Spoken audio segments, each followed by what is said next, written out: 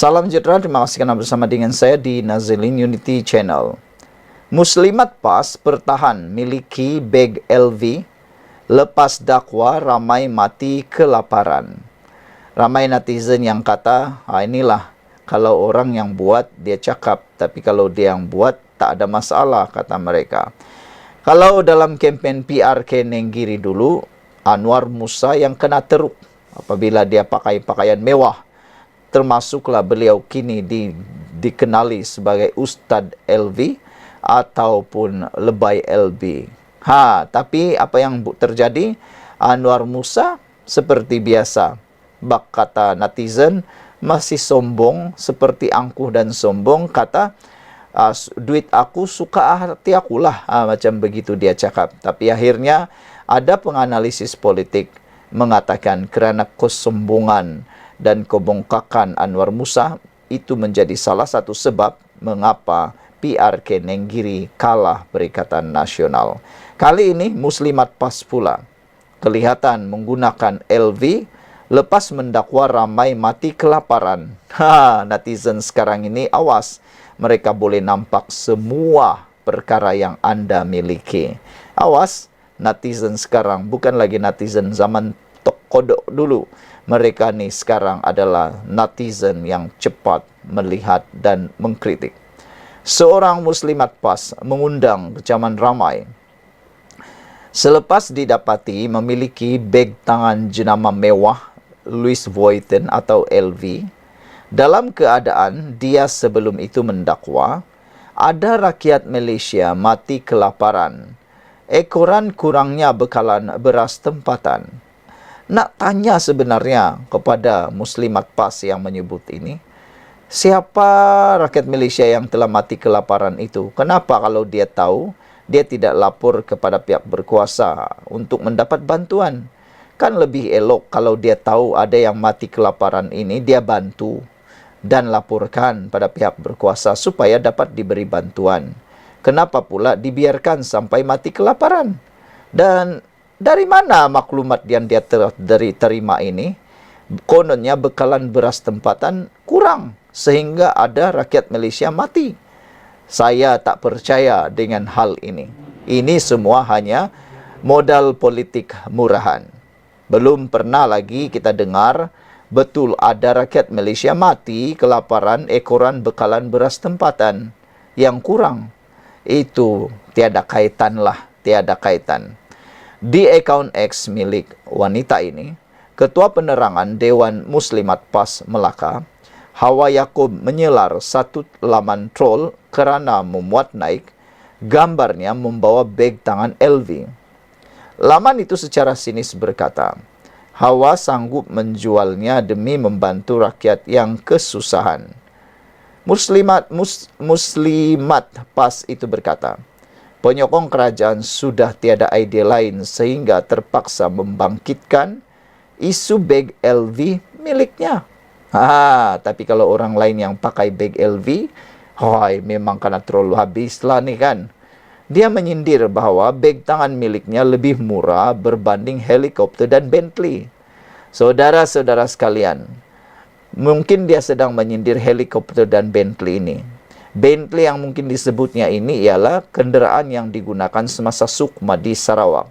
Untuk makluman, Bentley itu bukan milik Anwar Ibrahim. Itu adalah milik kerajaan negeri Sarawak untuk menjemput tetamu kehormat di negeri tersebut. Nah, itu bukan milik Anwar. Itu milik kerajaan negeri Sarawak.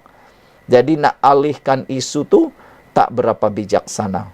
Alihlah barang pribadi seperti yang dia miliki kan. Dia merujuk isu ketika Perdana Menteri Datuk Seri Anwar Ibrahim menaiki kereta Bentley Flywing Spruce yang disediakan Kerajaan Sarawak ketika berkunjung di sana. Dia juga mengecam mereka yang menyerangnya kerana mereka tidak tahu siapa yang membelikan beg itu. Walanun tahu ke siapa yang membeli LV untuk saya dan untuk majlis apa?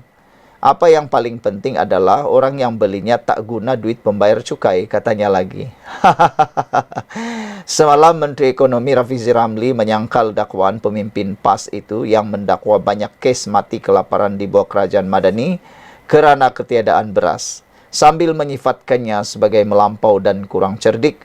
Rafizi meminta Hawa agar menghantar senarai rakyat yang memerlukan bantuan kepadanya. Itu yang saya kata tadi.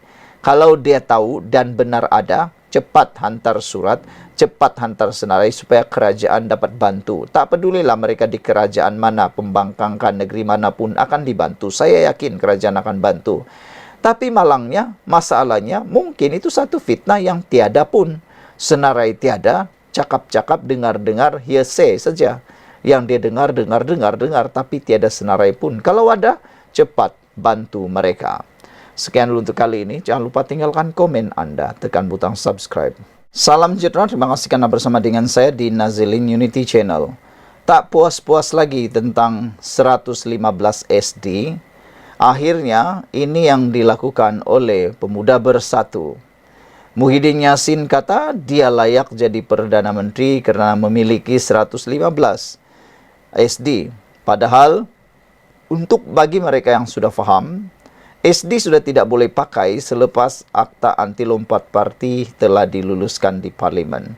Berapa banyak pun SD yang anda ada, kalau sudah ada Akta Lompat Parti, semuanya itu tak boleh pakai lagi. Kerana SD sudah tidak bernilai sama sekali. Memandangkan pula penerangan daripada UMNO dan Zahid Hamidi tentang isu SD tersebut jelas menunjukkan bahawa berlaku kekeliruan besar yang menyebabkan Muhyiddin tidak dipanggil mengangkat sumpah kerana perlu penyiasatan dengan teliti. Begitulah kebijaksanaan kebawah duli yang Maha Mulia di Pertuan Agong ke-16 pada ketika itu. Baginda cukup teliti, kemas dan bijaksana. Baginda tidak terus membuat keputusan kerana Baginda sudah merasa beberapa kali di dalam kemelut politik yang besar. Dalam langkah Sheraton, dalam langkah yang kita sebut langkah letak jawatan Muhyiddin Yassin telah diambil alih pula oleh Ismail Sabri Yaakob. Semuanya itu memberikan satu titik pengajaran untuk yang di Pertuan Agong. Oleh sebab itulah, Baginda akhirnya bukan lagi calang-calang membuat keputusan. Baginda menyiasat daripada sedalam-dalamnya sampai ke dalam-dalamnya. Baginda tidak mengambil keputusan terburu-buru. Sehingga apa saja SD yang Baginda terima tidak terus dia terima, disiasat sedalam-dalamnya. Kita berbangga dengan ketelusan dan juga kebijaksanaan dan juga kecermatan kebawah duli yang Maha Mulia di Pertuan Agong, Daulat Tuanku. Walau bagaimanapun, lain pula yang dibuat oleh Pemuda Bersatu. Tiba-tiba mereka pula buat laporan polis dakwa Zahid tipu Agong. Yang sekarang ini katanya ialah siapa yang tipu siapa.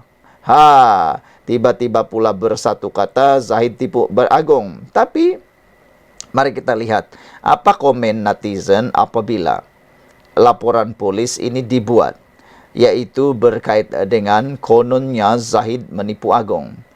Kata netizen dalam ruangan komen di Malaysia kini, Red Parrot kata, buat laporan try to divert kes Din menghasut ex Agong.